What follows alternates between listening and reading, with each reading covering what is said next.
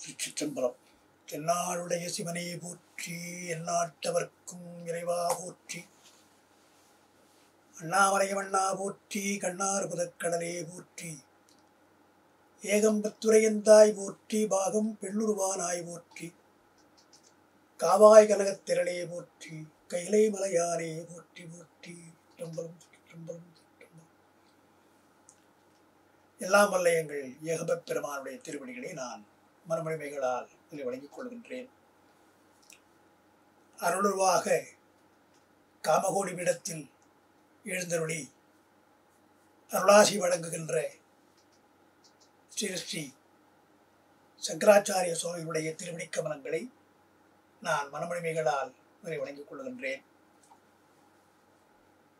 அவருடைய அருளாசியின் வண்ணம் நம்முடைய சங்கரா கல்லூரியினுடைய சார்பிலே சைவ சித்தாந்த வகுப்பை நடத்துவதற்கு மிகவும் துணை புரிகின்ற நம்முடைய கல்லூரி தமிழ்துறை தலைவர் ராதாகிருஷ்ணன் ஐயா அவர்களுக்கு என்னுடைய மனமார்ந்த வணக்கத்தை தெரிவித்துக் கொள்கின்றேன். இந்த வகுப்பிலே மிக ஆர்வத்தோடு கலந்து கொள்கின்ற மாணவ செல்வங்களாகி உங்களுக்கெல்லாம் இந்த நேரத்திலே என்னுடைய அன்பையும் மகிழ்ச்சியையும் வணக்கத்தையும் தெரிவித்துக் கொள்கின்றேன். மாணவ செல்வங்களே, சிவஞான சித்தியார் என்ற ஒரு அரிய நூலை நம்முடைய சங்கரா கல்லூரியுடைய வகுப்பின் மூலம் சிந்திப்பதற்கு திருவருளும் குருவருளும் நமக்கு கூட்டியிருக்கிறது. இதனுடைய முதல் நூலாக இருக்கின்ற சிவஞான போதம் 4 இயலாக இருக்கிறது என்பதை நாம் முதலிலேயே தெரிவித்திருக்கிறோம். பிரமாண இயல், இலக்கண இயல், சாதன இயல், பயனியல் என்று 12 நூற்பாக்களும் ஒவ்வொரு இயல் 3 நூற்பாக்களாக பிரித்து நூல் செய்திருக்கிறார் சிவஞான போத நூலாசிரியர் மெய்கண்ட தேவர். அந்த தலைவனுடைய வடிநூலாக அருளந்தி சிவனார் சிவஞான சித்தியாரை விரிவாக நடத்தியிருக்கிறார், விரிவாக சொல்லியிருக்கிறார். அதில் என்னுடைய வகுப்பிலே நேரம் கருதியும் வகுப்பினுடைய எண்ணிக்கை கருதியும் சிலவற்றை நாம் தொகுப்பாகத்தான் சொல்லி வருகின்றோம். சித்தியாருடைய பாடல்களெல்லாம் அடிக்கடி நாம் படித்து விளக்கம் சொல்ல வேண்டிய பகுதிகள். ஆனால் பாடத்திட்டம் காரணமாக நாம் சிலவற்றை தொகுப்பாக சொல்கிறோம். அந்த வகையில் 4ஆம் சூத்திரம் இலக்கண இயலை நாம் நடத்தியிருக்கிறோம். இருந்தாலும் அதில் என்ன சொல்லப்பட்டிருக்கிறது என்பதை முதலாவது சொல்லி நாம் இன்றைக்கு 5ஆம் சூத்திரத்திற்கு செல்லலாம். 4ஆம் சூத்திரத்தில் முக்கியமாக அந்தக்கரணங்கள், மனம், புத்தி, சித்தம், அகங்காரம் என்ற அந்தக்கரணங்களை பற்றி பேசுகிறார். தலைமை நூலாக இருக்கின்ற சிவஞான போதத்திலும் அந்தக்கரணம் அவற்றில் ஒன்றன்று என்றுதான் சொல்கிறார். அதேதான் நம்முடைய அருள்ந்தி சிவனாரும் இந்த 4ஆம் சூத்திரத்திலே அதை எடுத்து சொல்கிறார். அவருடைய கருத்து என்ன என்றால், ஆன்மா எது?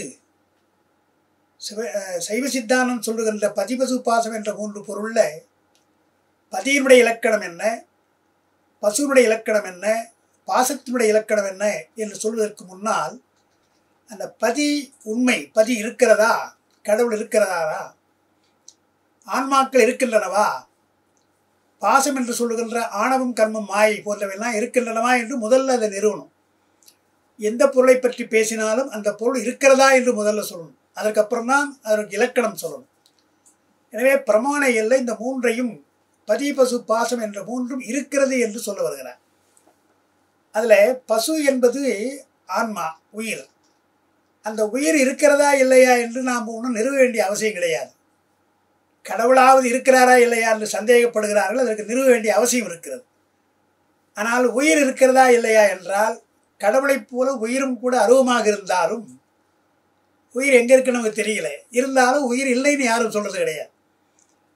ஏன்னா உடம்போடு உயிர் சேர்ந்திருக்கிறதை பார்க்கிறோம், உயிருள்ள உடம்பை பார்க்கிறோம், உயிரற்ற உடம்பையும் பார்க்கிறோம். ஆனால் உயிரற்ற உடம்பை நாம் பார்க்கின்ற காரணத்தினாலே இந்த உடம்பு இயங்குகிறது, நடக்கிறது, போகிறது, வருகிறது, சொல்வதை கேட்கிறது என்றிருந்தால் அப்போது அந்த உடம்புக்குள்ளே உயிர் என்ற ஒரு பொருள் இருக்கிறது என்று நாம் அனுமானிக்கிறோம். அதனால் என்ன ஆகிறது என்றால், உயிர் அனுமானப் பொருள், உடல் என்பது காட்சி பொருள், உடலுக்குள்ளே இருக்கின்ற உயிர் இருக்கு இல்லையா, அது அனுமானப் பொருள் என்று நாம் சொல்கிறோம். ஆனால் உயிர் இல்லை என்று யாரும் சொல்வது கிடையாது, வாதிடுவது கிடையாது. தத்துவ உலகத்தில் உயிர் எது என்று தான் வாதிடுகிறார்கள். உயிர் இருக்கிறது, அது எது என்பதில் தான் மாறுபடுகிறார்கள்.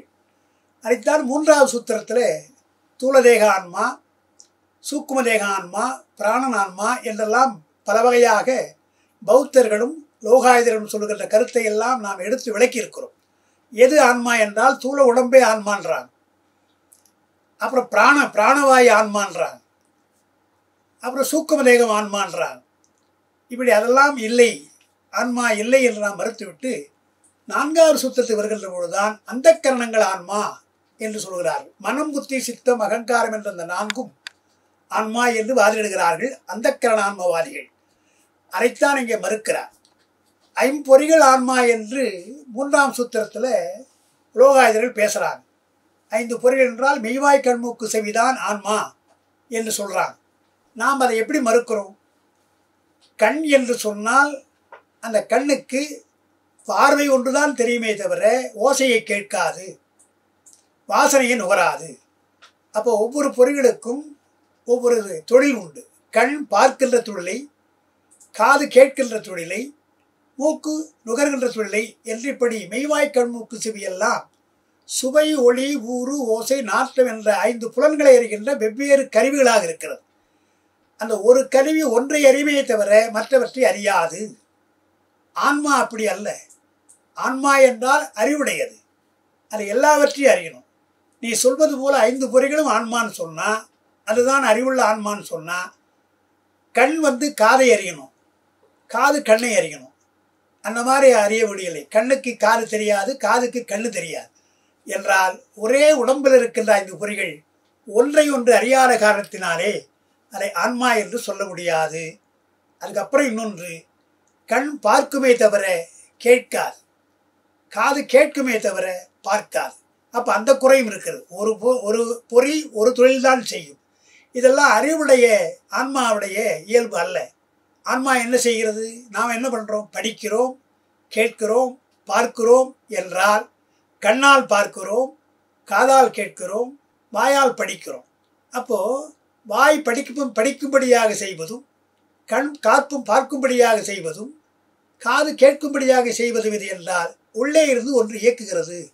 அதுதான் உயிர். அந்த ஆன்மா கண்ணால் பார்க்கிறது, காதால் கேட்கிறது, வாயால் சாப்பிடுகிறது, சுவைக்கிறது என்று 5 பொறிகளை வைத்துக்கொண்டு வேறு ஒரு பொருள் தொழில் செய்கிறது, அதை பயன்படுத்துகிறது.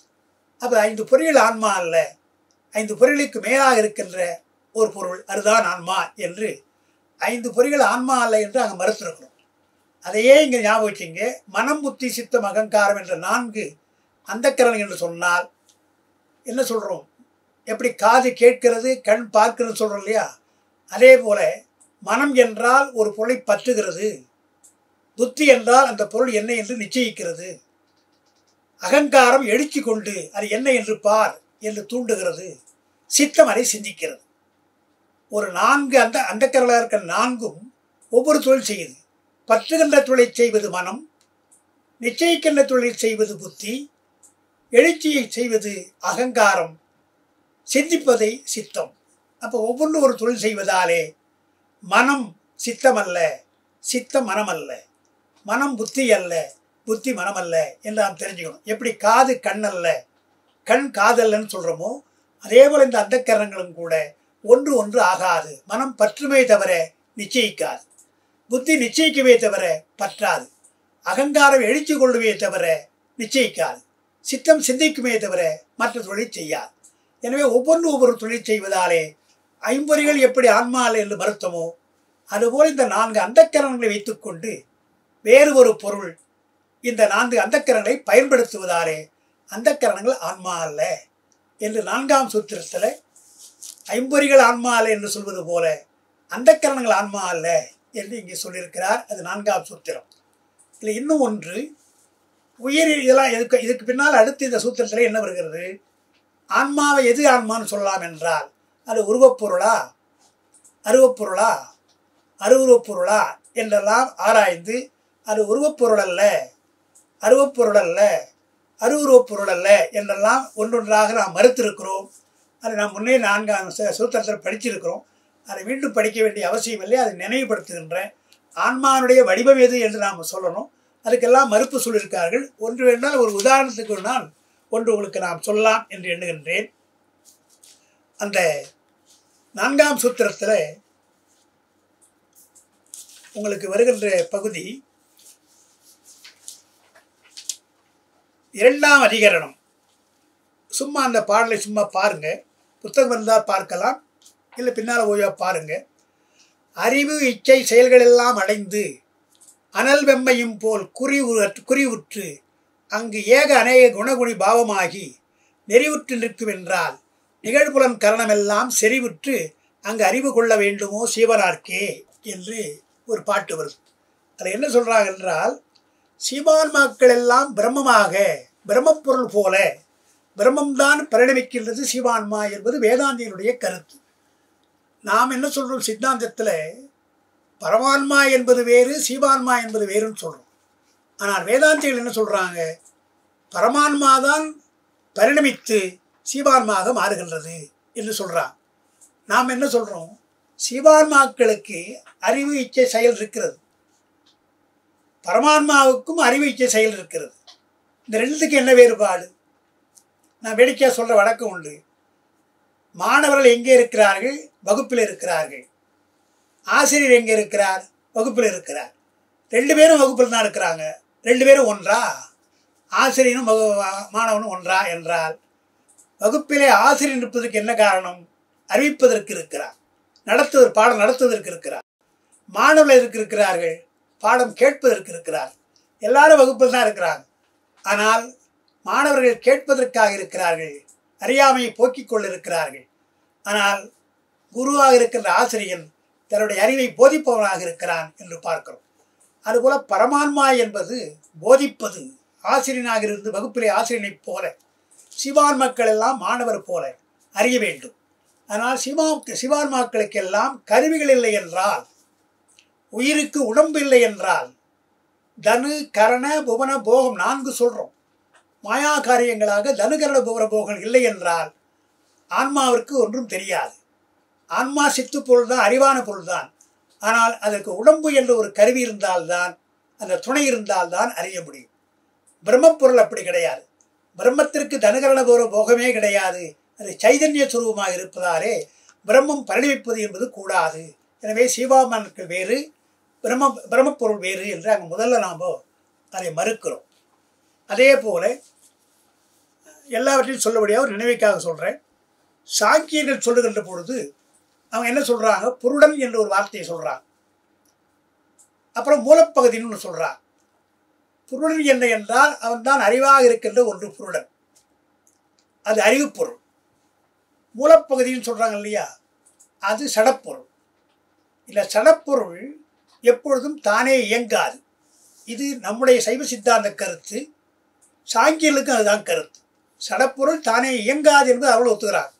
ஆனால் என்ன சொல்கிறாங்க தெரியுங்களா, மூலப்பகுதி சடப்பொருள், அந்த மூலப்பகுதி சடப்பொருளுக்கு சந்நிதியாக புருடன் இருக்கின்றான். புருடனுடைய சந்நிதி என்றால், சந்நிதி என்பதற்கு என்ன அர்த்தம் என்றால், இப்போ நாம் கூட கோயிலுக்கு போனால் கோயில் சந்நிதின்னு சொல்கிறோம். அது எந்த அர்த்தத்தை சொல்கிறோம்?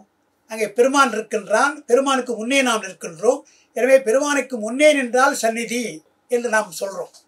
இந்த இடத்துல அப்படி கொள்ளக்கூடாது. புருடனுடைய சந்நிதி என்றால், பொதுவாகவே இறைவனுடைய சந்நிதி என்றால், இப்போ கோயிலுக்கு போகிறீங்க, கருவறையில் மட்டும்தான் சாமி இருக்கிறாரா? அது ஒரு அடையாளமாக அங்கே வைத்திருக்கிறோம். இறைவனுடைய சந்நிதி என்றால் எல்லா இடத்துலையும் தான் இருக்குது. இங்கே கூட தான் இறைவனுடைய சந்நிதி இருக்குது, கோயிலில் மட்டுமில்லை. அது சிறப்பாக அறிந்து கொள்வதற்காக நான் வைத்திருக்கிறோம் சொல்கிறோம் இல்லையா? அதே போல் புருடனுடைய சந்நிதி என்றால் புருடனுடைய ஆற்றல்னு அர்த்தம். சந்நிதி என்றால் முன்னே அர்த்தம் கிடையாது. சந்நிதி என்றால் ஆற்றல். இறைவனுடைய சந்நிதி என்றால் இறைவனுடைய ஆற்றல் எல்லா இடத்திலும் இருக்கிறது என்றுதான் பொருள். அதிலே ஒரு இடத்திலே கருவறையிலே போய் நாம் விரும்புகிறோம், வணங்குகிறோம், பார்க்கிறோம். அதுபோல் சாங்கியர் என்ன பண்ணுறாங்க, புருடன் சந்நிதியிலே சடப்புலா இருக்கிற மூலப்பகுதி இயங்கும் என்கிறார்கள். அதற்கு அவர்கள் சொல்லுகின்ற உதாரணம் என்ன என்றால், காந்தமும் இரும்பும் போல அப்படின்றாங்க. காந்தமும் இரும்பும் போலன்னா நமக்கு நல்லா தெரியுது, காந்தம் இரும்பை இழுக்கும் தெரியுது. அதுபோல் புருடன் காந்தம் போல, மூலப்பகுதி இரும்பு போல அல்லது ஆணி போல. அப்போ காந்தத்தின் முன்னாலே ஆணி அசைவது போல, ஆணியை இழுப்பது போல புருடன் இயக்குகிறான் மூலப்பகுதி இயக்குகிறான் என்று சொல்கிறான்.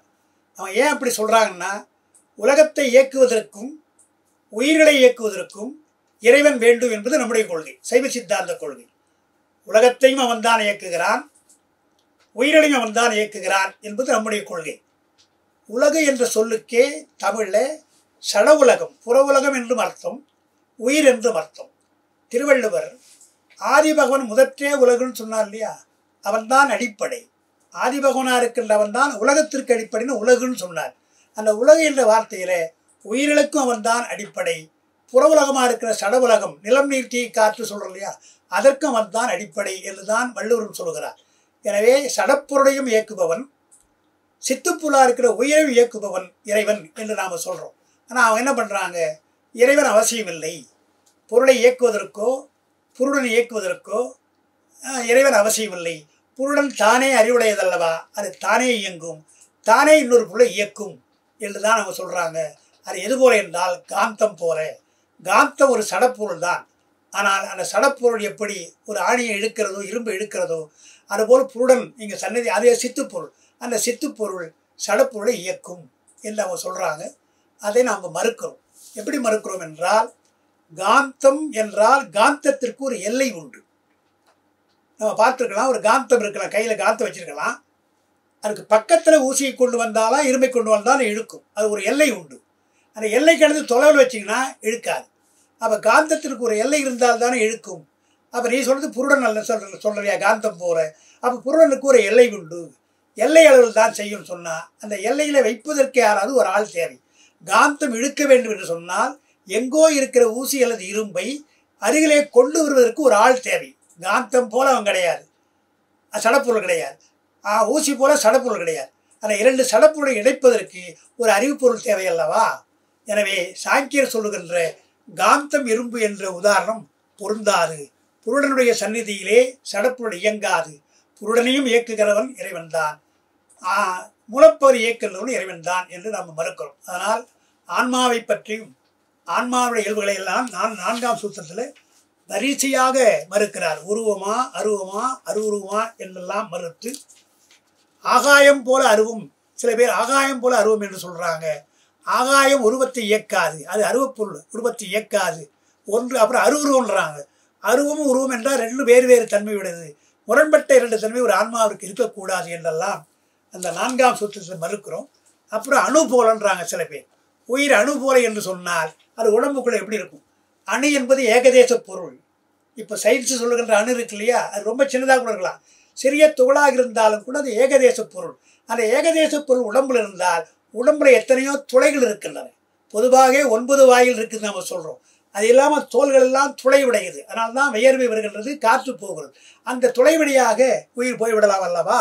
எனவே அணு அளவாக உயிர் என்று சொன்னால் அது ஏகதேசமாக இருப்பதாலும் அது உடம்பை விட்டு போய்விடுவதற்கு வாய்ப்பு இருக்கிறது என்பதாலும் உயிர் அணு அல்ல என்றெல்லாம் நான்காம் சூத்திரத்தில் அப்படி வரிசையாக மறுத்து, அப்புறம் ஒரு கேள்வி அங்கே சொல்லுகிறார்கள், அதை நாம் நினைவு கொள்ளணும்.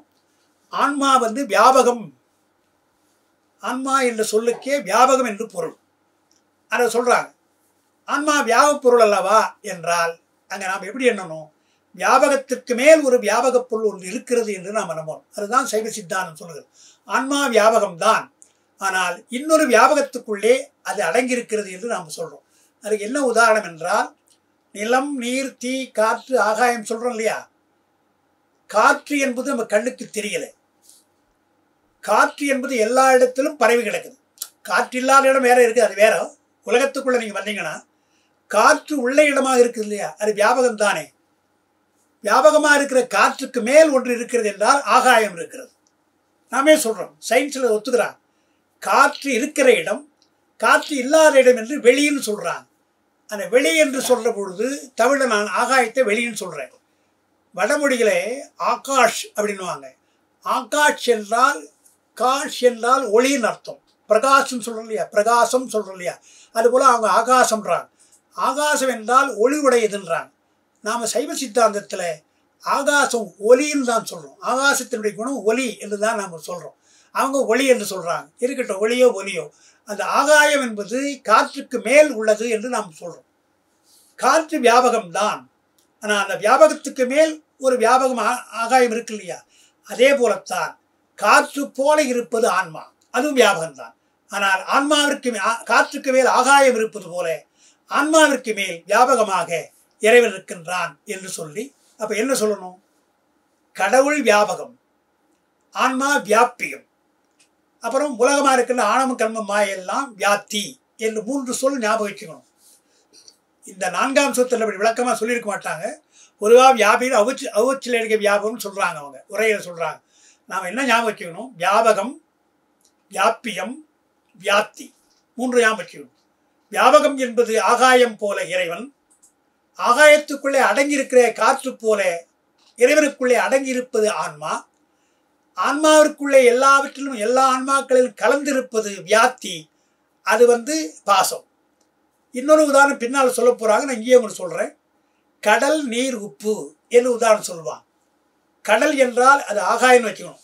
இப்போ நம்ம கடல்னா சாதாரணமாக கடல், இதான் கடல், தண்ணியை பார்த்து கடல்னு சொல்கிறோம். தண்ணீர் கடல் அல்ல, அது கடல் நீர். கடல் வேறு, கடல் நீர் வேறு. கடல் என்று சொன்னால் அந்த கடல் நீரை தனக்குள்ளே கொண்டிருக்கின்ற ஆகாயம், வெளி, அதுதான் வெளி. அந்த வெளியிலே அடங்கி இருப்பது, அந்த பரப்பிலே, வெளிப்பரப்பிலே அடங்கி இருப்பது கடல் நீர். அப்போ கடல், கடல் நீர், உப்பு சொல்கிறோம் இல்லையா? அப்போ கடல் என்பது வியாபகம், கடல் நீர் என்பது வியாபியம், உப்பு எல்லாத்திலும் கடல் நீர் பூரா இருக்கின்றது அல்லவா, அது வியாப்தி. அப்போது கடல் என்பது ஆகாயம், கடல் நீர் என்பது அதுக்குள்ளே அடங்கி இருக்கின்ற ஒரு பொருள், அந்த நீரில் எல்லாவற்றையும் கலந்திருப்பது உப்பு. கடல் நீர் உப்புன்னு சொல்றதுக்கு அப்படியே வைத்துக் கொள்ளுங்க. கடல் என்றால் இறைவன், கடல் நீர் என்று சொன்னால் ஆன்மாக்கள். கடல் நீரில் உப்பு கலந்திருப்பது போல ஆன்மாக்களிலே பாசம் கலந்திருக்கிறது, அது வியாப்தியாக இருக்கிறது என்று நாம் ஆன்மாவுடைய இயல்பையும், அப்புறம் இன்னொன்று சொல்கிறோம். அந்த கடல் நீர் உப்பு சொல்கிற பொழுது அந்த உப்பு தண்ணீர் தான் இருக்கும், கடல் நீர் தான் உப்பு இருக்குமே தவிர ஆகாயத்தில் உப்பு இருக்காது. அது எப்படி தெரியுது என்றால், கடல் நீரில் தானே தண்ணி கொள்ளுறது. மேகம் எங்கேருந்து கொள்ளுகிறது தண்ணியை? கடலில் தான் கொள்ளுறது. உப்பு தண்ணீரை தான் கொள்ளுகிறது. உப்பு தண்ணீரை எடுத்துக்கொண்டு மேலே போகுது. மேலே போனால் ஆகாயம் அல்லவா, அந்த ஆகாயத்தினுடைய ஆற்றலாலே உப்பு அங்கே இல்லை, உப்பு தீர்ந்து போகுது, மறைஞ்சு போகுது. அங்கே உப்பு கரைந்து போகிறதோ அது மறைந்து போகிறதோ நமக்கு தெரியல. மழையாக வருகின்ற பொழுது நல்ல தண்ணீராக வருது. மழையாக பெய்தால் உப்பு நீர் தானே வரணும். கடல் நீரை முகக்கின்ற அந்த மேகம் தண்ணீரை கொடுத்தா அந்த மழையில் உப்பாக தானே இருக்கணும், உப்பாக இருக்குது இல்லையே, உப்பே காணுமே. எடுத்துக்கொள்ளுகின்ற நீர் உப்பு நீர், கடல் நீர். ஆனால் மேலே ஆகாயத்திற்கு போகிற பொழுது ஆகாயத்திலே உப்பு சாராது. எனவே உப்பை எல்லாம் கழித்து விட்டு நல்ல தண்ணீரைத்தான் ஆகாயம் கொடுக்கிறது அல்லவா. அதுபோல பாசம் என்பது கடல் நீர் போல அந்த ஆன்மாக்களை கலக்கும் பாசம். ஆனால் ஆகாயம் போல இறைவன் இருப்பதாலே பாசம் கலக்காது என்று நாம் சொல்லுகிறோம். இதெல்லாம் இறைவனோடு ஒப்பிட்டு 4ஆம் சூத்திரத்தில் ஆன்மாவுடைய இயல்பு என்ன என்று விரிவாக நாம் சொல்லியிருக்கிறோம். இந்த அளவு நீங்கள் அதில் தெரிந்து கொண்டால் போதும் என்று நான் அந்த 4ஆம் சூத்திரத்தில் ஐயா சொன்னாங்க. அந்த 4ஆம் சூத்திரம் கொஞ்சம் நினைவுபடுத்த சொன்னாங்க, அதனால் அதை உங்களை நினைவுபடுத்தினேன். இனி நாம் படிக்க வேண்டியது 5ஆம் சூத்திரம் நம்ம இன்றைக்கு சொல்ல வேண்டும். அதுக்கு இடையிலே 4ஆம் சூத்திரத்திலேயே அந்த அவஸ்தைகள்னு சொல்லியிருப்பாங்க. ஆன்மாவுடைய இயல்பு என்று சொல்கிற பொழுது நனவு, கனவு, உறக்கம், பேருறக்கம், உயிர்ப்படங்கள் என்று 5 அவஸ்தைகள் சொல்லுவாங்க. அவஸ்தை என்று சொன்னால் நிலையின் அர்த்தம் தமிழில். ஸ்டேஜ்னு சொல்ல, ஒரு stage, second stage, third stage சொல்கிறேன், அதுதான் ஸ்டேஜ், அதுதான் அவஸ்தைன்றாங்க வடமொழியில். அதுக்கு நாம் என்ன பண்ணுறோம்? 36 கருவிகள் நமக்கு இருக்கிறது. இறைவன் தருகின்றது நிலம் முதலாக நாதம் ஈராக 36 கருவிகளை பெருமான் தந்திருக்கிறான். அதை நாம் சைவ சித்தாந்தம் எப்படி சொல்லுது? ஆன்ம தத்துவம் 24, வித்யா தத்துவம் 7, சிவதத்துவம் 5. அப்போ 36 தத்துவம் இருக்கின்றது. அந்த புருஷனை சேர்த்துக்கிறோம், 36 தத்துவம். இதில் 24, 25 தத்துவங்களுக்கு மேல் பலர் போகலை. சாங்கியம் சொன்னே, அப்போ புருடன் சந்நிதியிலே மூலப்பேர் இயங்கும் சாங்கியம் சொன்னமே, அந்த சாங்கியம் 24 தான் சொன்னது.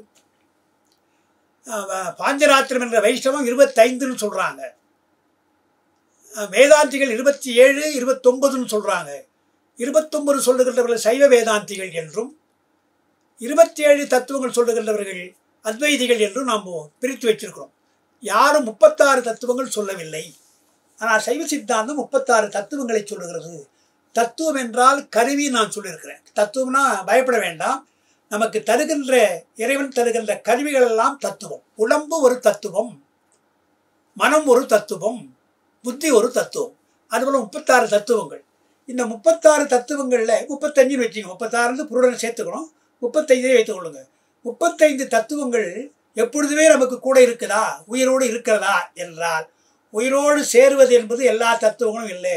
சிலது விலகும், கொஞ்ச நேரம் விலகும், அப்புறம் மண்ணு சேரும். உதாரணத்துக்கு தூங்குறோம். தூங்குற பொழுது கண்ணு தெரியுதா, காது கேட்குதா? இல்லையே. அப்போ நனவிலே இருக்கின்ற கருவிகள் எல்லாம் தூக்கத்திலே வேலை செய்யலை, கருவிகள் வேலை செய்யலை. ஆனால் இப்போ கருவிகள் எல்லாம் ஓய்கின்றன என்று பார்க்கிறோம். அதைத்தான் நம்ம அவஸ்தைகள் என்று சொல்கிறோம். அப்போ என்ன சொல்கிறோம்?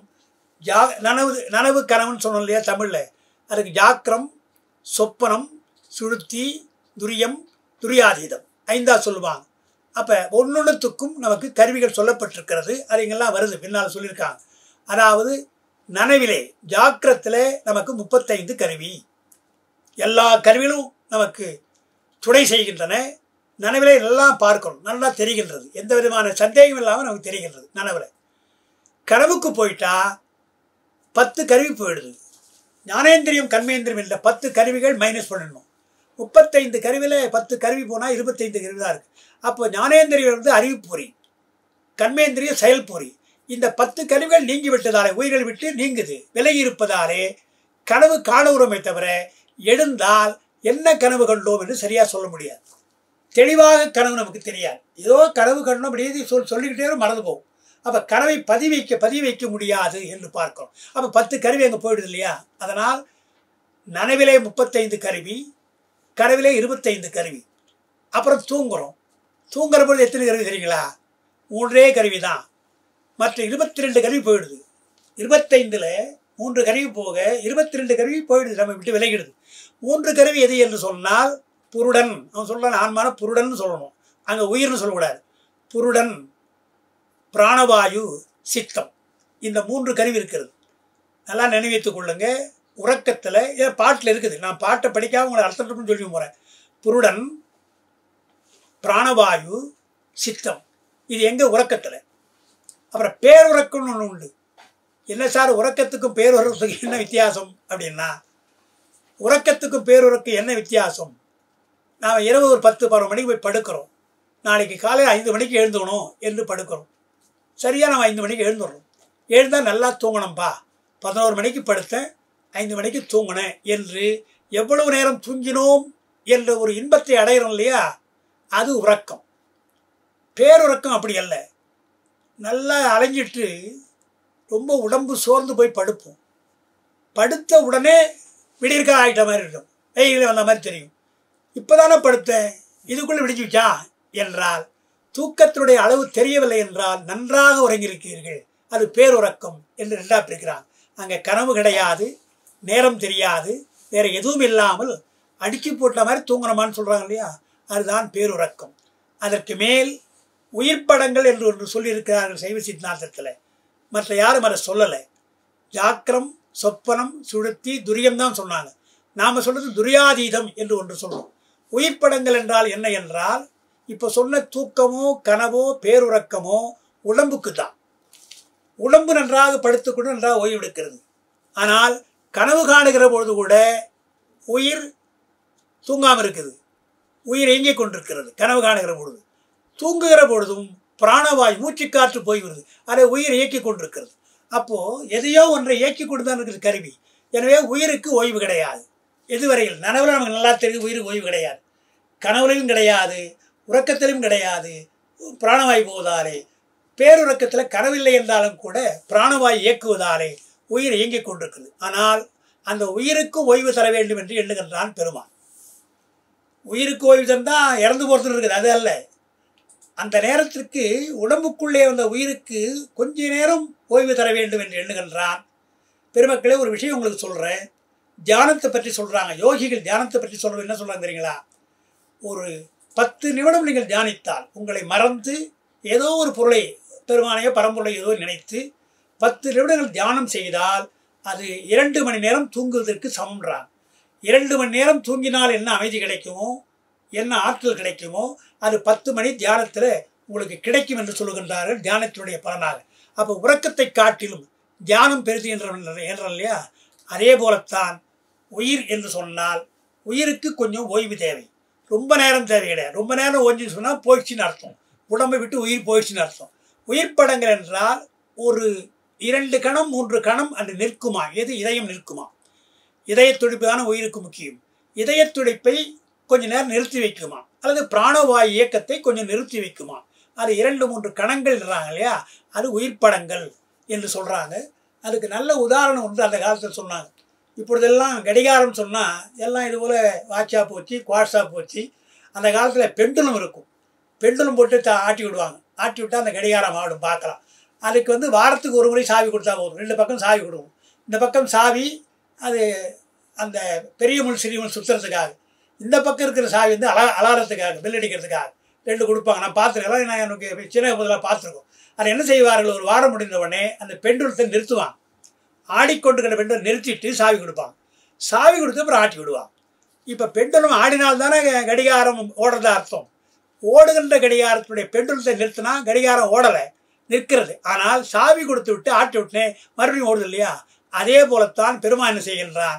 பெண்டுலத்தை நிறுத்துவது போல உயிர் படங்கள் கொஞ்ச நேரம் நிறுத்துகிறான். நிறுத்திவிட்டு மறுபடியும் இயக்குகிறான். ஒருவேளை அப்படி இயக்கவில்லை என்றால், அது மீண்டும் இயங்கவில்லை என்றால் அப்புறம் சொல்கிறாங்க தூக்கத்திலேயே அவர் இறந்துட்டார்ப்பா என்று சொல்கிறாங்க இல்லையா? சிலர் பார்க்குறோம் இல்லையா? அது சில சமயம் இந்த உயிர் படங்கள் இருந்து மீண்டும் அந்த உயிர் மீண்டும் வராமல் போகலாம் என்று இருக்கிறது. அது அதிகமான பட்சத்திலே உயிருக்கு ஓய்வு வேண்டும் என்றால் உயிர் படங்கள் என்ற ஒன்றும் இருக்கிறது என்று நாம் பார்க்கிறோம். அதனால் ரொம்ப நுட்பமாக சைவ சித்தாந்தம் உயிர் படங்களை சொல்லுகிறது. அது இயல்பாகவே நாம் அறிய முடியும் என்றால் பொதுவாக அறிய முடியாது. இதை வைத்துக்கொண்டு அறியலாம். எல்லாவற்றுக்கும் ஓய்வு தருகிறான், உடம்புக்கெல்லாம் தருகிறான் ஓய்வு பெருமான். ஆனால் உயிருக்கு தரவில்லை அல்லவா? இதயத்துக்கு தரவில்லை அல்லவா? அதுக்காக கொஞ்ச நேரம் பிராணவாயுக்கு தரவில்லை அல்லவா? அதனால் கொஞ்ச நேரம் நிறுத்தி மறுபடியும் இயக்குகிறார். அந்த கொஞ்ச நேரம் அதற்கு போதும், அந்த ஆற்றல் வந்துவிடும் என்றுதான் 5 அவஸ்தைகள் என்று அதை சொல்லுகிறார் 4ஆம் சூத்திரத்தில். அது அருமையான ஒரு பாட்டு. அதை இங்கே சும்மா சொல்லி வைக்கிறேன் பாருங்க. படை கொடு பவரி போகும் பார் மன்னன் உதாரணம் சொல்கிறாங்க. ஒரு மன்னன் அரண்மனை விட்டு புறப்படுறான். அரண்மனை விட்டு போகிற பொழுது அந்த புறத்திலிருந்து வெளியே வருவான். வெளியே ட்ரெஸ்லாம் பண்ணிட்டு அழகாக வருவான். வந்த உடனே மெய்க்காவலர் கூட வருவாங்க. கமாண்டர்ஸ் இருக்காங்களா, மெய்க்காவலர் வருவாங்க. கொஞ்சம் தூரம் போனால் மேலே அதிகாரிகள் வருவாங்க. அதுக்கப்புறம் போனால் மந்திரிகள், அதுக்கப்புறம் 4 படைகள், எல்லாவற்றையும் எடுத்துக்கொண்டு தான் பவனி போவான் அல்லவா? அதுபோல் உயிர் என்ன செய்கிறதான்? மூலாதாரத்தில் இருக்கின்ற உயிர் 6 ஆதாரங்கள் சொல்கிறோம். புருவனர்கள் ஆதாரம் சொல்கிறோம் இல்லையா? மூலாதாரத்தில் இருக்கின்ற உயிர் இந்த மாதிரி ஆரவாரங்கள் எதுவும் இல்லாமல் தனியாக இருக்கிறதா? தனியாக இருப்பது மீண்டும் புறப்படுகிற பொழுது ஒவ்வொரு கருவியாக அது வருகின்றது. அந்த கருவிகள் எப்படி படைகள்லாம் வருகின்றதோ, அதிகாரிகள் வருகிறார்களோ, அதுபோல் பவனி போந்து திரும்பி வரான். மறுபடியும் திரும்பி அரண்மனைக்கு வருவதான் இங்கே பாடுறார். படை கொண்டு பவனி போகின்றான். படை கொண்டு பவனி போகும் பார் மன்னன் புறம் போந்து வெளியே போந்து இல்லில் புகும்போது வீட்டுக்கு அரண்மனைக்கு வருகின்றான். வீட்டுக்கு அரண்மனைக்கு வருகின்ற பொழுது கடைதோறும் விட்டு விட்டுன்னா திரும்பி வருகின்ற அரண்மனைக்கு வருகின்ற என்ன பண்ணுறாங்க? 4 படைகள், குதிரைப்படையெல்லாம் இருக்கு இல்லையா? அது அங்கே வெளியே நின்றுடும். அவரை கொஞ்சம் தூரம் வந்தால் கொஞ்சம் அதிகாரிகள் நின்று விடுவார்கள் ஒரு வாயிலில். இன்னும் கொஞ்சம் போனால் இன்னொரு வாசற்புறத்தில் மந்திரிகளாக நின்றுடுவாங்க. அதுக்கப்புறம் மெய்க்காவல் இருப்பான். அந்த புறத்துக்கு போகிற பொழுது மன்னன் மட்டும்தான் போவான் அரசியை பார்க்க. அதுபோல் உயிர் என்ன பண்ணுதான்? கருவிகளெல்லாம் விட்டு விட்டு படைகொடு பவனி போதும் பார் மன்னன் புகும்போது இல்லில் கடைதோறும் விட்டு விட்டு காவலும் விட்டு அந்த புறத்துக்கு பதில் ஒரு மெய்க்காவல் விட்டுருவான். மெய்க்காவலும் விட்டு பின்னர் அடைதரும் தனியே அந்த புறத்தினில் அரசனை போல. அதுபோல் என்ன பண்ணுதான் உயிர்? இப்போ நான் சொன்னேன் இல்லையா? 35 கருவி என்பது படையோடு போகின்ற பவனி செல்லுகின்ற அரசனை போல. திரும்பி வருகின்ற பொழுது ஒரு 10 கருவி போயிடுது அல்லவா? அது படைகள்லாம் வெளியே நிற்பது போல ஒன்றொன்னா வைத்துக்கொள்ளணும். அப்புறம் வருகின்ற பொழுது 22 கருவி போயிடுது அல்லவா? அதெல்லாம் அதிகாரிகள் போவது போல. அப்புறம் 3 தான் இருக்குது. 3ல் 2ஆக வருகின்றது. 3க்கு அப்புறம் 2. அதாவது ஆன்மா, பிராணவாய், சித்தம் 3 சொன்ன அது உறக்கத்தில். பேருறக்கம் என்று வருகின்ற பொழுது சித்தம் அங்கே கிடையாது.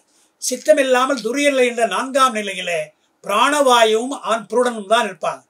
அப்புறம் நான் சொன்ன உயிர் படங்கள் இருக்கு இல்லையா? உயிர் படங்களில் அந்த பிராணவாயும் கொஞ்ச நேரம் போய்விடும். ஆன்மா மட்டும் புருடன் மட்டும் அங்கே நிற்கும் என்று இதுதான் 5 அவஸ்தையாக சொல்லப்படுவது. அந்த புருடன் ஏன் சொன்னாங்கிறது நாங்கள் சொல்லியிருக்கிறவங்களுக்கு முதல்ல தொடக்கத்தை சொன்ன ஞாபகம் மறுபடியும் உங்களுக்கு நினைவுபடுத்துகிறேன். வடமொழியிலே ஆன்மா என்று ஒரு சொல் இருக்கிறது, புருஷன் என்று ஒரு சொல் இருக்கிறது. நம்ம உயிருக்கு அப்படி சொல்கிறாங்க. வடமொழியினுடைய வழக்கம் என்ன என்று சொன்னால், உயிரை ஆண்பாலாக சொல்கிற வழக்கம். புருஷன் என்பது ஆண்பால் தானே, ஆண்பாலாக சொல்கிற வழக்கம் இருக்கு. தமிழில் உயிருக்கு ஆண்பால் பெண்பால் கிடையாது. உயிர் ஆணா பெண்ணா நமக்கு சொல்கிறது கிடையாது. உயிர் தான் நம்ம சொல்லுவோம், அதனால் உயிர் தான் நம்ம சொல்கிறோம். ஆனால் வடமொழியில் புருஷன் சொல்கிறாங்க. அந்த புருஷன் என்ற வார்த்தையை நாம் பயன்படுத்துகிறோம். எங்கே பயன்படுத்துகிறோம் என்றால், சைவ சித்தாந்தத்தில் வித்யா தத்துவம் என்று சொல்லுகின்ற காலம், நியதி, கலை, வித்தை, அராகம் என்ற 5 தத்துவங்கள், 5 கருவிகள், அதை கஞ்சுக சரீரம் என்பார்கள். கஞ்சுகம் என்றால் சட்டைன்னு அர்த்தம். உடம்புக்கு மேலே ஒரு சட்டை போடுவது போல உயிரை போர்த்து கொண்டிருக்கின்ற, தமிழ் அதுக்கு போர்ப்பு உடம்புன்றாங்க. கஞ்சுக சரீரனுக்கு தமிழில் போர்ப்பு உடம்புன்றாங்க. அந்த கஞ்சுக சரீரத்தை உயிர் அடக்கி இருக்கிறது. அந்த கஞ்சுக சரீரத்துக்குள்ளே உயிர் இருக்கிறது. இது எப்பொழுதும் மாறாது போகாது. மற்ற கருவிகளெல்லாம் போய்விடும். அப்போ நான் சொன்ன 10 கருவிகள், 3 கருவிகள், சித்தம் கூட போயிடுது. பிராணவாயு கூட அடங்குன்னு பார்க்குறோம். இவையெல்லாம் அடங்கினாலும் கூட இந்த காலம், நியதி, கலை, வித்தை, யாராக இருக்கு இல்லையா, அது உயிரை விட்டு எப்பொழுதும் நீங்காது. ஏனென்றால் நன்றாக தூங்கிக் கொண்டிருக்கின்றவங்க நாளைக்கு எழுந்திருக்க வேண்டும். எப்படி எழுந்துக்கிறோம்? அந்த நினைவு எப்படி வருது நமக்கு என்றால், உள்ளே இருக்கின்ற உயிருக்கு இந்த காலம், நியதி, கலை, வித்தை, யாராக என்ற கருவிகள் துணையாக இருக்குது. அந்த கருவிகள் துணையாக எழுப்புகிறது. அந்த உயிருக்கு துணையாக இருந்து கொண்டு, அந்த உயிர் படங்களாக இருந்தாலும் கூட அந்த 5 கருவிகளும் துணையாக இருந்து நமக்கு அந்த நினைவை உண்டாக்குகிறதுன்னு நம்ம சொல்கிறோம். அதனால தான் என்ன பண்ணாங்க, கஞ்சுக சரீரம் என்றால் உடம்பை விட்டு பிரியாதது. அதனால தான் அதை புருடன் சொல்கிறோம். இந்த கஞ்சுக சரீரம் இருந்தால் அது புருடன். சைவ சித்தாந்தத்தில் புருடன் என்று சொல்வதற்கு என்ன காரணம் என்றால், 5 கருவிகள் ஒன்றாக பிரியாமல் இருந்தால் அதை புருடன் என்று நாம் சொல்கிறோம். உடம்புக்குள்ளே உயிர் இருந்தால் அதை உயிர்னு சொல்கிறோம். இந்த உயிருக்குள்ள 5 கஞ்சுக சரீரம் இருந்தால் அதை புருஷன் என்று நாம் சொல்கிறோம். விடுதலை பெற்றால் அது ஆன்மா, அல்லது நாம் சொல்கிறபடி தமிழில் ஆவி என்று ஒரு வார்த்தையை நாம் சொல்கிறோம். அதனால் ஆவி என்றும் உயிர் என்றும் தமிழில் புருடன் என்றும் நமக்கு சொல்லுகின்ற வழக்கம் இருக்கிறது. புருடன் என்பது வடமொழியாக இருந்தாலும் கூட கஞ்சுக சரீரத்தோடு உடைய ஆன்மா இருக்கு இல்லையா, அதை புருடன் என்று நாம் சொல்கிறோம். அதைத்தான் நீங்கள் படைகொடு பவனி போன்று என்ற அந்த 4ஆம் சூத்திரத்தில் 5 அவஸ்தைகளை நமக்கு சொல்லியிருக்கிறார். 5 அவஸ்தைகள் என்னென்ன, அந்த கருவிகள் என்னென்ன, உயிர்ப்படங்களிலே ஆன்மாவுடைய நிலை என்ன என்றெல்லாம் நம்மளால் நினைவு வைத்துக் கொள்ளணும். இதெல்லாம் வினாக்களுக்கு உரியவை. ஏன்னா தேர்வுக்கு வருகின்ற இதெல்லாம் வினாக்களுக்குரிய பகுதிகளாக இருப்பதால் அதை மீண்டும் நாம் சொல்ல வேண்டியதாக இருந்தது. இனி 5வது 4 சூத்திரத்தை மேலே பார்க்கப்படும். இப்போ தான் 5ஆம் சூத்திரத்துக்கு நாம் வருகின்றோம். இன்றைக்குள்ள பகுதி நாம் பார்க்கலாம். 5ஆம் சூத்திரம் என்று இருக்கிறான். அது என்ன பண்ணுறாங்க, ஆன்மாவிற்கு என்ன இயல்பு என்றால் தானே அறியாது, அறிவித்தால்தான் அறியும் என்பது ஒன்று. இதை அங்கே எதிர்கட்சிக்காரங்க கொஞ்சம் மறுக்கிறாங்க. என்ன சொல்கிறாங்க, தானே அறியாதுன்னு சொல்லிட்டீங்க, சரி ஆன்மாவை, அதுதான் கருவிகள் இருக்கு இல்லையா, 35 கருவிகள் நீ தானே சொல்கிறீங்க. மனம் இருக்குது, புத்தி இருக்கிறது, கண் இருக்குது, காது இருக்குது அல்லவா, அது மூலமாக தானே அறிகின்றது. வெளியில் இருக்கிற காட்சியை கண் தானே பார்க்குது, ஓசை காது தானே கேட்குது. எனவே கருவிகள் இருப்பதாலே ஆன்மா கருவிகளால் அறியும். தானே அறியாது என்பதை சில பேர் ஒத்துக்க மாட்டாங்க. தானே அறியுன்னு வேற சொல்கிறாங்க சில பேர். அதை விட்டுருங்க. தானே அறியாது அறிகின்றது என்பதை சொன்னால், தானே அறியாது என்பதற்கு என்ன சொல்கிறாங்க, அப்படி சொல்லாதீங்க. தானே அறியாது என்றாலும் கூட கருவிகளால் அறியும். அது ஆன்மா தானே அறியாதுன்னு ஒத்துக்கிறேன். ஆனால் கருவிகள் இருவதாலே கருவிகளால் அறியும் சொல்லலாம் அல்லவா. அதான் நீங்கள் புருஷன் சொல்கிறீங்க. புருஷன் என்றால் காலம், நியதி, கலை, வித்தை, யாராகுன்னு சொல்கிறீங்க இல்லையா, உள்கருவிகள்.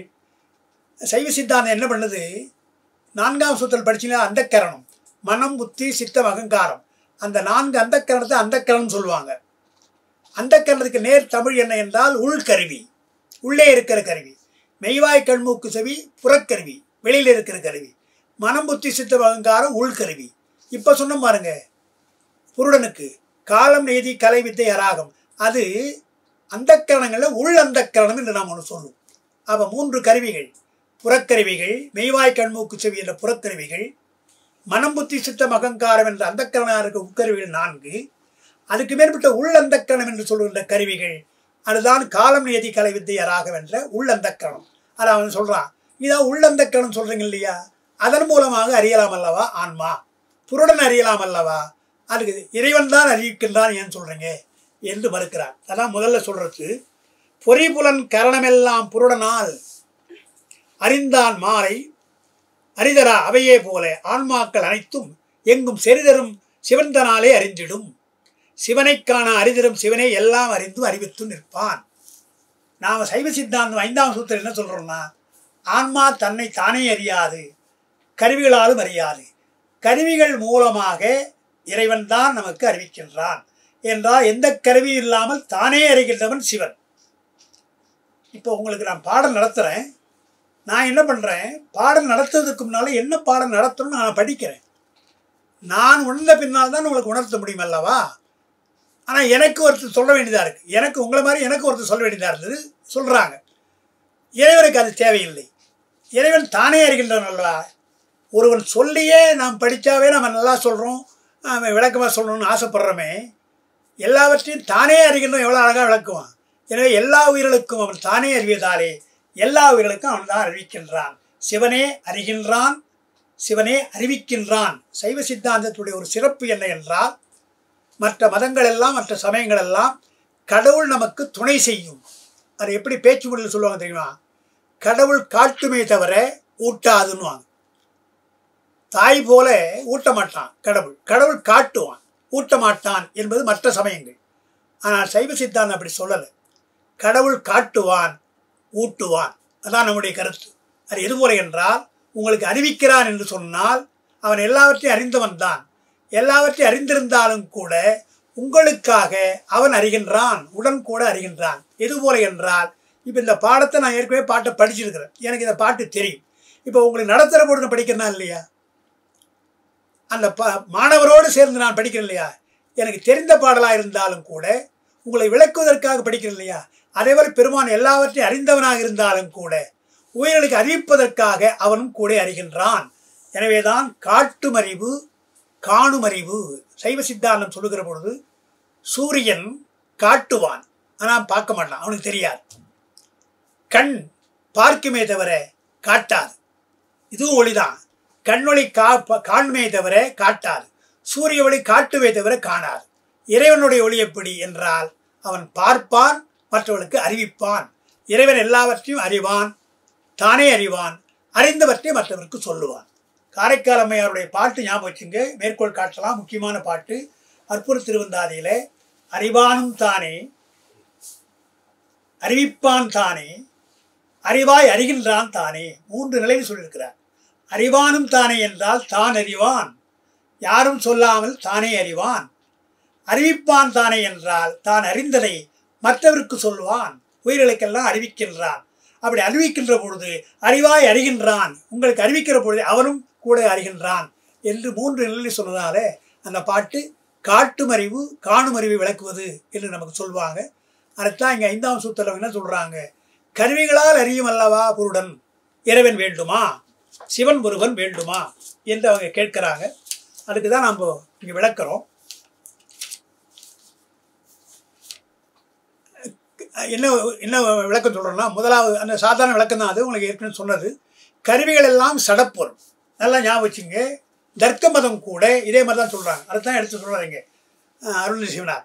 தர்க்க மதம் என்ன சொல்லுது, ஆன்மாவிற்கு அறிவு கிடையாது, கருவிகள் வந்தால் அறிவு வந்து விடுதுன்னு சொல்கிறாங்க. அந்த தர்க்க மதத்தினுடைய கொள்கை என்ன என்றால், ஆன்மாவிற்கு அறிவு கிடையாது, நமக்கு அப்படி கிடையாது. நாம் என்ன சொல்கிறோம், அறிவித்தால் அறிகின்ற அறிவு, அதை சுட்டறிவுன்னு நம்ம சொல்கிறோம். பேரறிவு கிடையாது, சுட்டறிவுன்னு சொல்கிறோம். அப்போ சுட்டறிவு ஆன்மாவுக்கு இருக்கிறது. ஆனால் அவன் என்ன சொல்கிறான் தர்க்க மதத்தில், ஆன்மாவிற்கு அறிவே கிடையாது, கருவிகள் வந்தால் ஆன்மா அறியும் அப்படின்றான். நாம் அதுக்கு என்ன பதில் சொல்கிறோம், கருவிகள் சடப்பொருள், ஆன்மா நீ சடம் சொல்லிட்டேன், அறிவியல்னா அது சடப்பொருள்கிட்ட. ஆன்மாவும் ஒரு சடப்பொருள், கருவியும் ஒரு சடப்பொருள். சடப்பொருளும் சடப்பொருளும் சேர்ந்து அறிவிக்குமா? சடப்பொருளை தான் அறிவிக்குமா? ஒன்றும் இல்லை. இப்போ நான் சொல்கிறேன், விளக்கு இருக்கிறது, விளக்கு சடப்பொருள், இந்த புத்தகம் சடப்பொருள், நான் பார்க்கிற கண் சடப்பொருள். தெரிஞ்சுவிடுமா நமக்கு? உயிர் என்ற அறிவுப்பொருள் இருந்தால்தான் விளக்கு பயன்படும், புத்தகம் பயன்படும், கண் பயன்படும். சடப்பொருளோடு சடப்பொருள் சேர்ந்தால் அது சித்துப்பொருள் ஆகாது. சடப்பொருள் எதையும் அறிவிக்காது என்பது அடிப்படையான சைவ சித்தாந்த கொள்கை. அதை இதற்கும் உணராமல் கருவிகள் சேர்ந்தால் ஆன்மா அறியும்ன்றான். இவனும் அதுதான் சொல்கிறான். புருடனாக இருப்பதாலே நீங்கள் தான் சொல்கிறீங்களே காலம் நீதி கலையெல்லாம் இருக்குது அல்லவா, அதனால் உயிர் அறியலாம் அல்லவா, இறைவன் ஏன் என்று கேட்கிறான். அதுக்கு நாம் என்ன சொல்கிறோம்?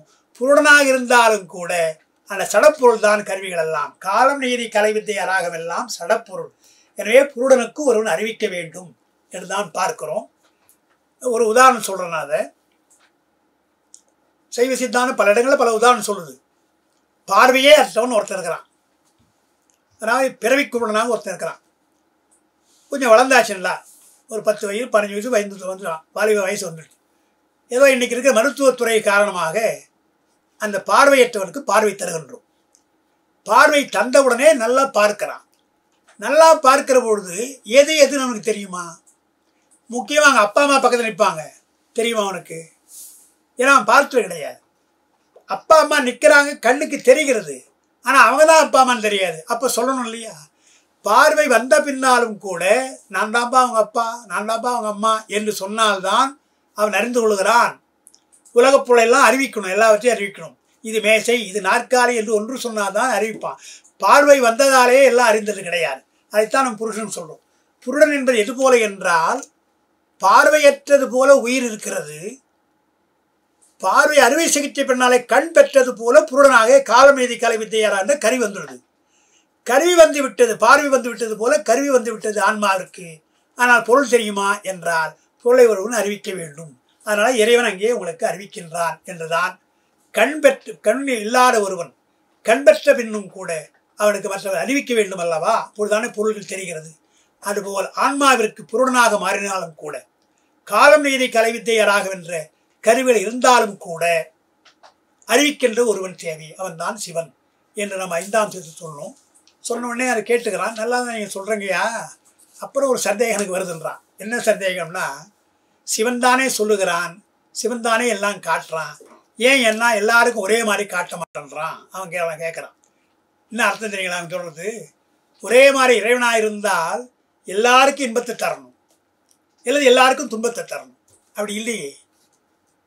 சிலருக்குத்தான் இன்பம், பலருக்கு துன்பம்.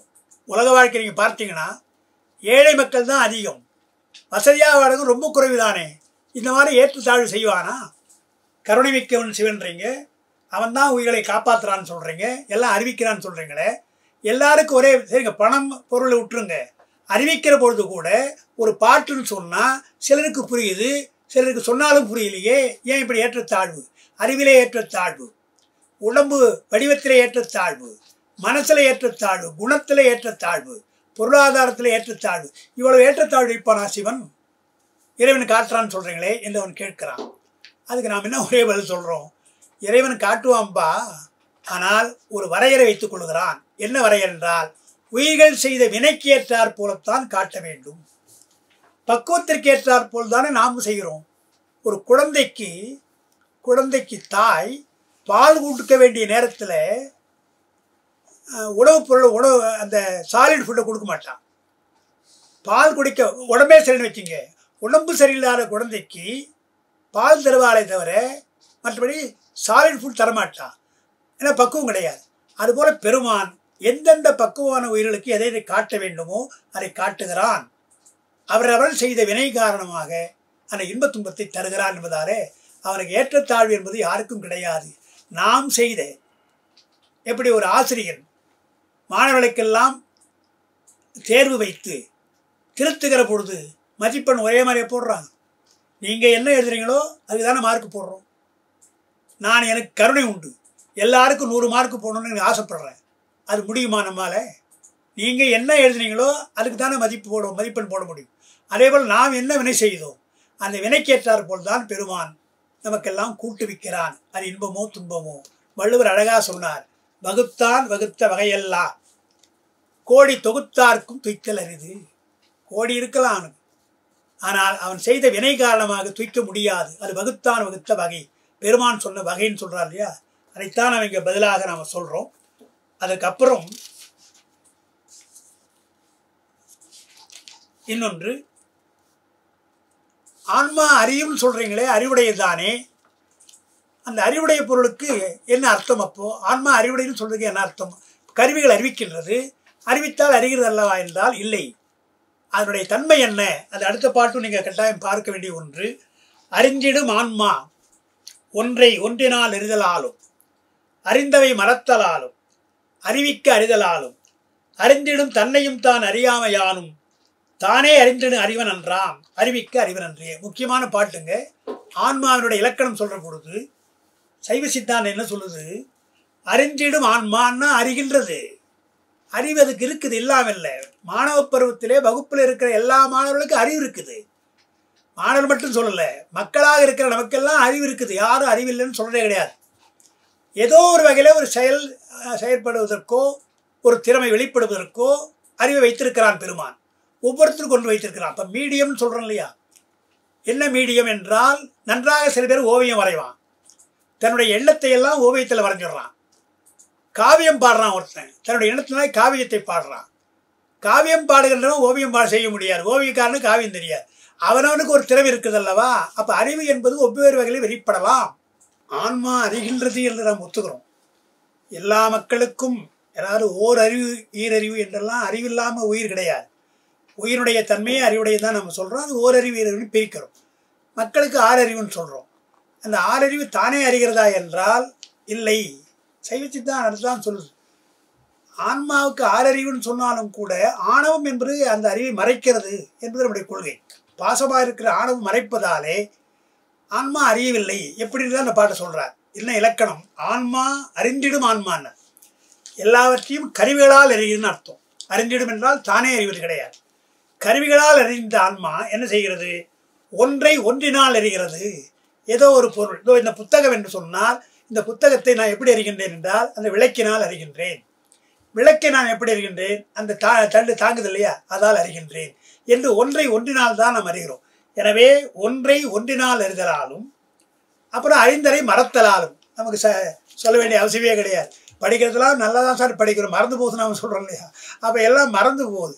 அறிவாது மறப்பது அறிவா, நினைப்பது அறிவா, மறப்பது அறிவா என மறந்துடும். அறிந்தவை மறத்தலாலும் அப்புறம் அறிவிக்க அறிதலாலும் மறுபடியும் படிக்க வேண்டியதார். ஆசிரியர் நேற்று சொல்லியிருப்பார், சார் நேற்று சொன்னீங்க சார், புரியல சார், கொஞ்சம் மறுபடியும் சொல்லுங்க சார் என்று கேட்கிறோம் இல்லையா? மறுபடியும் படிக்கணும். அறிவிக்க அறிதலாலும் என்றால் ஒரு புத்தகத்தை எத்தனை தடவை படிக்கிறோம், புரியாத போது எத்தனை தடவை படிக்கிறோம். அதனால் அறிவிக்க அறிதலாலும் அறிந்திடும் தன்னையும் தான் அறியாமையால் ஆன்மா தன்னை அறிவது கிடையாது. நான் யார், என்னுடைய நிலைமை என்ன? மாணிக்க வாசகர் நான் யார், என் உள்ளமார் ஞானங்களார் என்று பாடுறார். எனவே தன்னையும் அறியாது. இதுபோல என்றால் கண் பார்க்குமே தவிர கண் நான் பார்க்கிறேன் என்று அறியாது. அதுபோல் ஆன்மா பார்க்கிறதை தவிர நான் பார்க்கிறேன் என்று அறியாமல் இருக்கிறது. ஆன்மா தன்னை அறியாது. இதெல்லாம் ஆன்மாவுடைய குறைகள். அதனால் ஆன்மாவிற்கு அறிந்திடும் தன்னையும் தான் அறியாதலாலே அறிந்திடுகின்ற இறைவன், தானே அறிந்திடுகின்ற இறைவன் இருக்கிறான் அல்லவா, அவன் தான் அறிவாளி. அவன் ஒருவருக்கு அறிவிக்க வேண்டிய அவசியம் கிடையாது. திருமுறைகளில் தாயுமிலே தந்தையிலே தான் தனியன் காணேடின்னு ஒரு வரி வரும். திருவாசகத்தில் வர வரிதான். தாயுமிலே தந்தையில தாயும் கிடையாதவனுக்கு தந்தையும் கிடையாது, தான் தனியன் வரும். அது என்ன அர்த்தம் சொன்னால், அவன் நம்மை போல மானிடருடைய மாதா வயிற்றிலே பிறக்கவில்லை, ஆண் பெண் துணையோடு அவன் பிறக்கவில்லை என்பது ஒரு அர்த்தம், முதல் அர்த்தம்.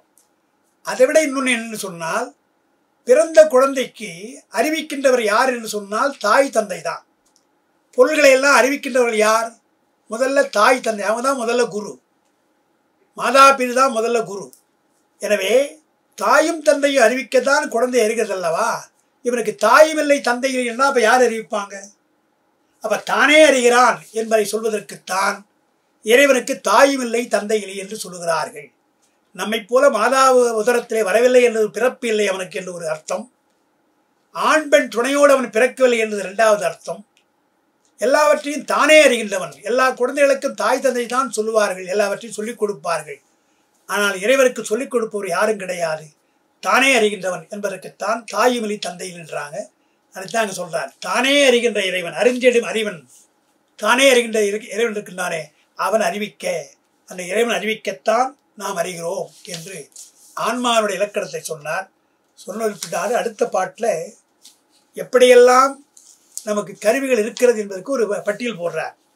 கருவியால் பொருளால், காட்டால், காலத்தால், கர்மம் தன்னால், உருவினால், அளவால், நூலால், ஒருவரால் உணர்த்தலானும். எப்படி ஆன்மா அறிவிக்க அறிகிறது என்றால் இத்தனை பொருள்கள் நமக்கு துணையாக இருக்குதான். முதலாவதாக கருவியினர். கருவி என்றால் நாம் சொல்கிற ஆன்ம தத்துவம். 24 தத்துவம் இருக்குல்ல கருவிகள். அந்த உயிரினால் செலுத்தப்படுகின்ற ஆன்ம தத்துவம் அந்த கருவியால்னர். பொருள் என்று சொன்னால் தத்துவமாக இருக்கிற தாத்விகம் சொல்வாங்க. தாத்விகம் என்றால் தத்துவனுடைய காரியங்கள், அதனால் உணர்கின்றோம். உதாரணமாக பிருத்திவி என்பது தத்துவம். பிருத்திவியுடைய தாத்விகம் என்று சொன்னால் முடி போன்றவை எல்லாம் உடம்பு, தோல உடம்பு இருக்கு இல்லையா, அதெல்லாம் நமக்கு தாத்விகம் சொல்வாங்க. அதுபோல தாத்விகங்களாலே உணர்கின்றோம், தத்துவத்தாலே உணர்கின்றோம். காட்டு என்று சொன்னால் நம்முடைய உயிருடைய அறிவு, இச்சை, செயல் என்னும் கலைகள், அதன் மூலமாக நாம் உணர்கின்றோம். அப்புறம் காலம். காலம் ஒன்று அறிவதற்கு காலம் மிக முக்கியம். காலத்தை விட்டுவிட்டால் கண்ணை துயின்று அவ்வளவே காலத்தை போக்காது என்னார் மாணிக்கவாசகர். எனவே காலத்தோடு தான் கற்க வேண்டும். இளவையில் கல் என்று ஏன் சொன்னாங்க? முதுமையில் மண்ணுன்னார் பாரதியார். அதாவது புதுச்சேரியில் ஒரு திண்ணையில் உட்கார்ந்து கொண்டு ஒரு குழந்தை படிச்சுட்டு இருந்தான், ஒரு சிறுமி படிச்சுட்டு இருந்தாலாம். இளமையில் கல் அப்படின்னாலாம். பாரதியார் நடந்து போகிறார், பார்த்துட்டு அப்படியே நின்று முதுமையில் மண் அப்படின்ட்டு போனாராம். அதாவது முதுமையில் மண்ணு தானே, ஒன்றும் வராது அல்லவா என்பதாலே இளமையில் கல் என்றால் காலம் மிக முக்கியம் என்கிறார். அப்புறம் உருவம் என்று சொன்னார். ஆனால் உருவம் இருந்தால்தான் நமக்கு தெரியும், இதெல்லாம் தெரியும் என்றாங்க. என்ன பொருளுடைய வடிவங்கள் எல்லாம் நமக்கு தெரிய வேண்டும்ன்றாங்க. உடம்பு, அந்த உடம்பினால் என்றால் அளவை, பிரமாணம், பிரமாணத்தினால் அறிந்து கொள்ளலாம். அளவை நூலால், அப்புறம் நூல்களாலே அறிந்து கொள்ளலாம். இப்படிலாம் இதெல்லாம் நமக்கு ஒன்றை அறிந்து கொள்வதற்குள்ள கருவிகள் என்று ஒரு தனியாகவே சித்தியார் ஒரு பாட்டு பண்ணார். கருவியால், பொருளால், காட்டால், காலத்தால், கர்மம் தன்னால், உருவினால், அளவால், நூலால் என்று சொன்னார் இல்லையா. இந்த 8 சொன்னார் இல்லையா. இந்த 8ம் பெருமானுக்கு தேவையில்லை. இப்போ 8 நாளே அறிந்து கொள்கிறோம் இல்லையா. உயிருக்கு அறிவிக்கின்ற பொருள் இவ்வளோலாம் இருக்கு இல்லையா, இதெல்லாம் அவனுக்கு தேவையில்லைன்னு சொல்லிட்டான். இவை எல்லாம் இல்லாமலே அவன் சொல்லுகிறான். ஆனால் தானே அறிகின்ற பெருமான் என்று சொன்ன உடனே அவன் என்ன கேட்குறான்? அதுக்கு அடுத்து ஒரே கேள்வி, உயிருக்கு உயிராக இருந்து இறைவன் இயக்குகிறான் சொல்லுகிறான் சொல்கிறீங்களே, எனக்கு புரியலன்றான்.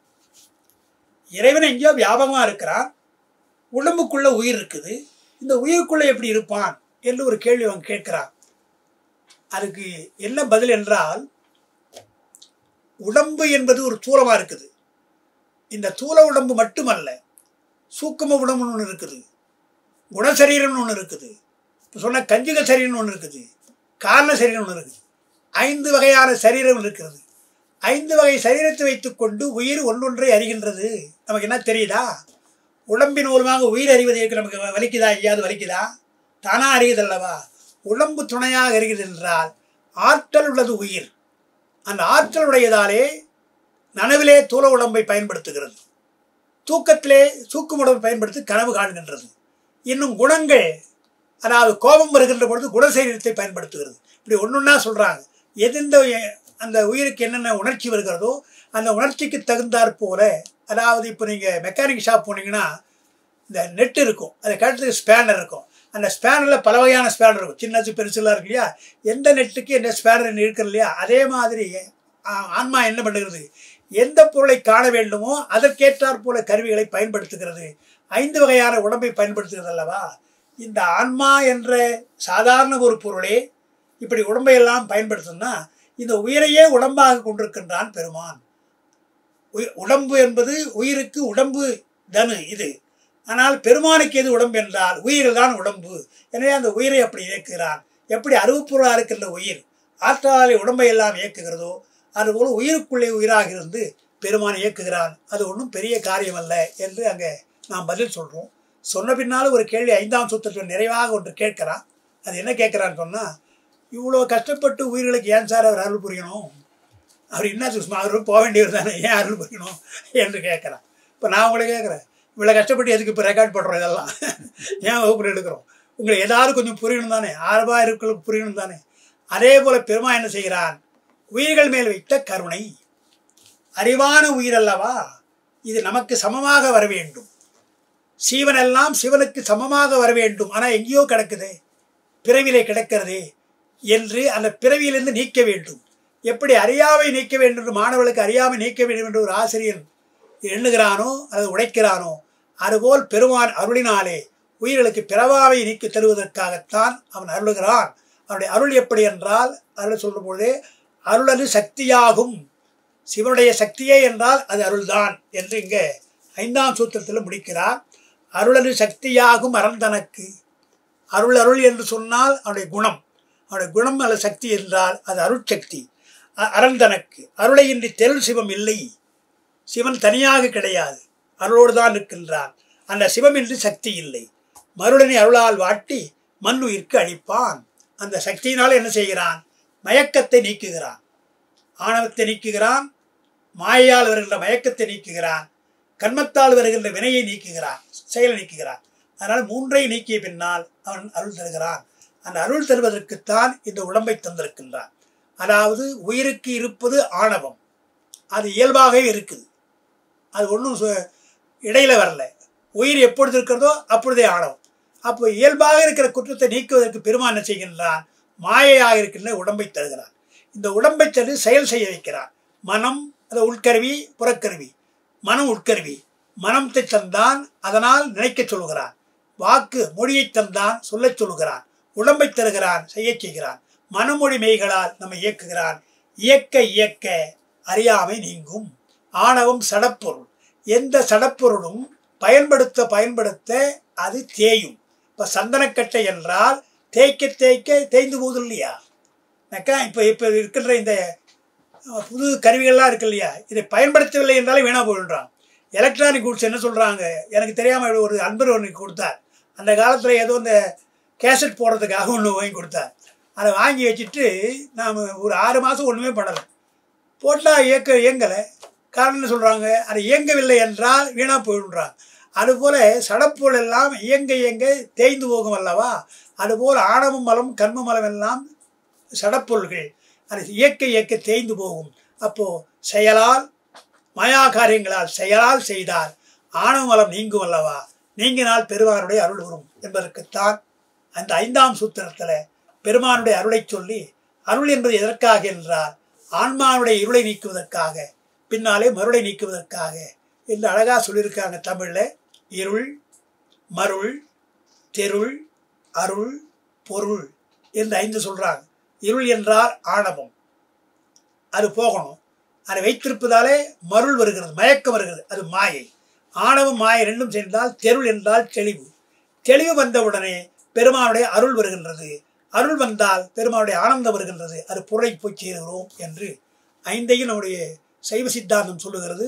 இந்த 5ஐயும் திருவள்ளுவரும் சொல்கிறார். இப்போ நான் சொன்ன பொருள், தெருள், அருள், மருள், இருள் எல்லாவற்றையும் வள்ளுவர் சொல்லுகிறார் என்பதாலே சைவ சித்தாந்த கருத்தையும் திருக்குறள் உள்ளடக்கி இருக்கிறது என்ற அந்த ஒன்றை சொல்லி 5ஆம் சூத்திரத்தை நான் தொகுப்பாக சொன்னதாக நான் எண்ணி நான் நிறைவு செய்கின்றேன். அடுத்த வகுப்பிலே நாம் 6ஆம் சூத்திரத்தை சிந்திக்கலாம். வணக்கம்.